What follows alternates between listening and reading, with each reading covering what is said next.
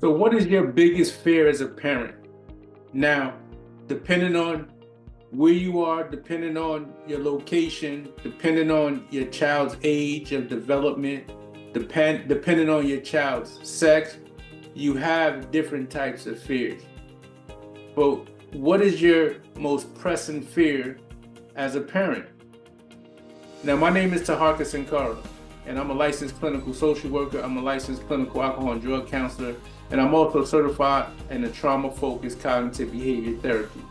And in my profession, I empower parents and youth, or responsible adults and youth, to refine the quality of their relationship by increasing their self-awareness, enhancing their communication, and developing emotional management skills so that they can enjoy a peace of mind and also transfer intergenerational health. Now, over the years, I worked with hundreds of parents, maybe even thousands at this time, and one of the things that comes up frequently is their greatest fears. And again, based on your geographical location, based on your child's sex, based on your child's age, you have different types of fears. So think about it, when your child is young, they're mostly in the playground, they're mostly under your supervision, they're mostly in your close proximity to you. So your fears may be a little lower, although you still have them, right? Like a common fear that I had as my child was growing up is in the playground, right? They running all wild and crazy, they're jumping, they're climbing, and they're doing all types of things. And the greatest fear I had was him falling and hurting himself, right? Breaking something and me not being like immediately there to address it, or him breaking something and it really damages him for a long period of time. And so there are these fears when you have younger children, but as your child grows older, you may have different types of fear. Now, depending on the type of area you live in, what type of school your child attends, as they get to high school, there's a different type of fear, right? Now, you have a certain type of fear of peer pressure, influence. You may think that your child may get inducted or recruited into some type of unwilling activity. I just watched a video the other day. It was a 12-year-old child. It was three of them, 16, 17, and 12 years old. And the 12-year-old was actually heavily influenced by the older teenagers, and they got him to commit a crime, right?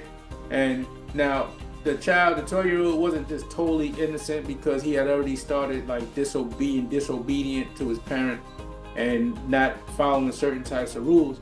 However, they were able to influence him. So one of the fears that parents are often concerned about is your child being influenced to do something that they may not really want to do and not being able to say no.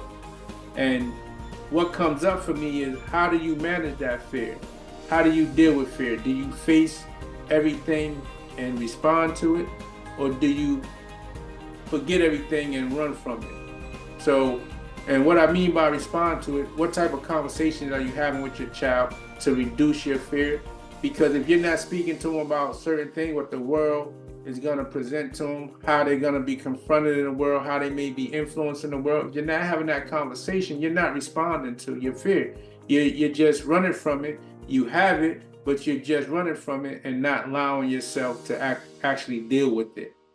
So when you think about your child, you think about their age, you think about their sex. For young girls, it may be something totally different.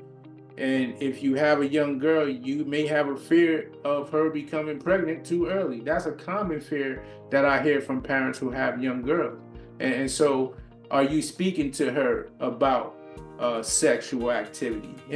And never think that it's too early to speak to your child about anything, because you're the first teacher and you don't want to wait till it's too late. There's never a perfect timing. There's never going to be a time when the stars are all aligned and it's just the right time to speak about anything. You want to start speaking to them as early as possible, educating them, because you're their first teacher. The home is the first classroom. So take advantage of it and utilize your role to the best of your ability.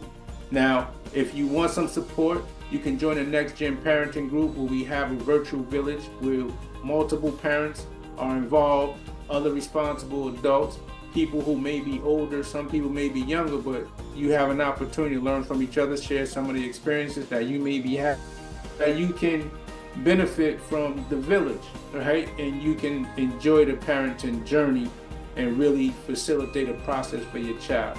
So join the Next Gen Parenting Group where we could go a little deeper, have more details, have more context, and we could learn and grow. So I look forward to seeing you in that room.